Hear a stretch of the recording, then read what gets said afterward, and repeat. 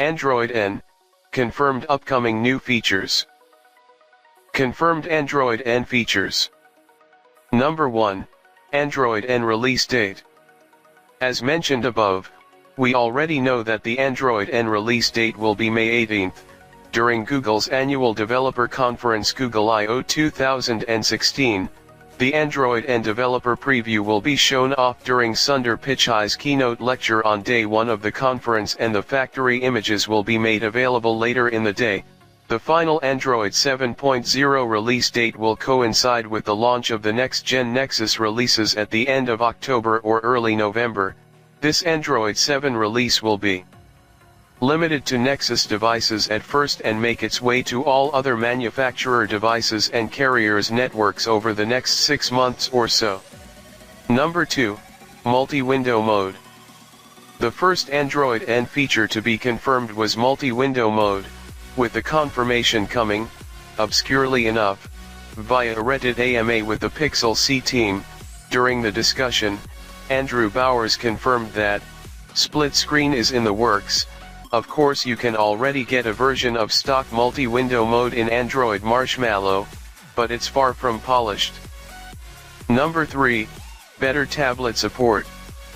During the same Reddit AMA, Pixel C team member Glenn Murphy came right out and confessed, "We're working hard on a range of enhancements for this form factor." While he didn't go any further, these Android N tablet features could include more functional multitasking, and I'm not just talking about multi-window here, a real push for tablet-optimized apps rather than just blown-up phone apps, customizable NAV buttons, DPI switcher, stock floating mini apps, and tablet-specific system UI tuner. Features. Number 4. Moving to OpenJDK from Java APIs. Following a sticky situation with Oracle over rewritten Java APIs, Google will officially be making the switch to OpenJDK in Android N. It's still Oracle code, but OpenJDK is, as the name suggests, part of the open-source Java development kit. As Google confirmed, we plan to move Android's Java language libraries to an OpenJDK-based approach, creating a common code base for developers to build apps and services. The change should make development for Android N that much simpler, and external changes will be negligible. Rumored Android N features. Number 5. Android N name. The Android N name is the biggest game of the year, even more so than who will make the 2016 Nexus. You don't need to have a sophisticated knowledge of the Android ecosystem or market to have a horse in this race. Simply pick your favorite dessert that starts with an N and place your bets. The firm favorite currently is Android 7.0 Nutella, with nougat coming a close second and a variety of Indian desserts also being bandied about. Sundar Pichai even said he'd ask his mother or let fans vote for the official Android N name. Number 6. Stock stylus support. As we recently reported, Samsung may have hinted at stock stylus support in Android N by planning to retire several of the main S Pen features from its Look API. The Samsung developers page makes the notation that these features will be deprecated in Android N, a term used to describe a soon-to-be obsolete feature. The natural assumption is that these stylus features will appear in stock Android 7.0. The same thing happened with battery saving in Lollipop and fingerprint support in Marshmallow. Number 7. Chrome OS integration. This one is a peculiar one. Last year the Wall Street Journal confirmed that Android and Chrome OS would be merged, only to have Google set the record straight soon after. While the initial report claimed that Chrome OS would be killed off, Google responded by saying it was fully committed to Chrome OS and the platform was here to stay, but that it is looking at ways to bring together the best of both operating systems. It's highly likely that we'll see at least some implementation of Chrome OS and Android compatibility in Android N. Number 8. New messaging app. There's a rumor doing the rounds that Google will be introducing an all-new messaging app, with Android N to replace the largely unpopular Hangouts SMS/MMS integration.